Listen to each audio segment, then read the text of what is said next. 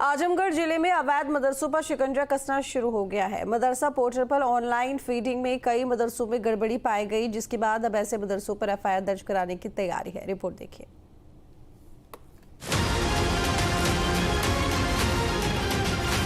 आजमगढ़ में बिना भौतिक सत्यापन के मदरसों को मान्यता और अनुदान देने के मामले में एसआईटी की जांच के बाद अब एक्शन की तैयारी है।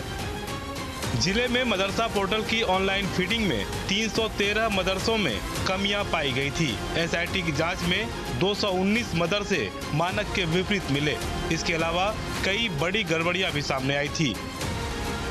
आजमगढ़ में साल 2009-10 में बिना किसी भौतिक सत्यापन के कई मदरसों को मान्यता और अनुदान देने का मामला सामने आया था।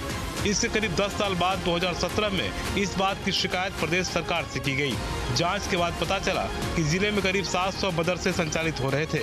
इनमें 387 मदरसे सरकारी नियमों और मानकों के मुताबिक वैध थे, जबकि 313 मदरसे ऐसे भी थे जिनमें बहुत सारी गड़बड़ियां थी।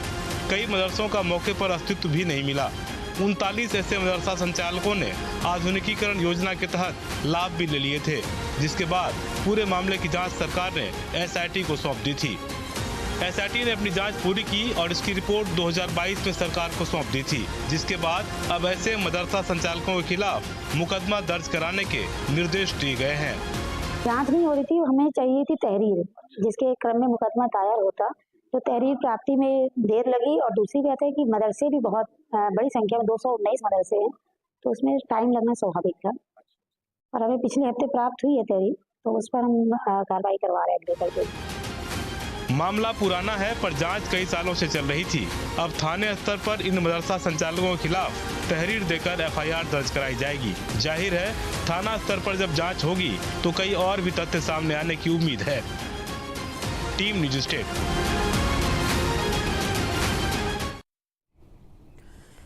यूपी में एक बार फिर पोस्टर वॉर छिड़ गया। समाजवादी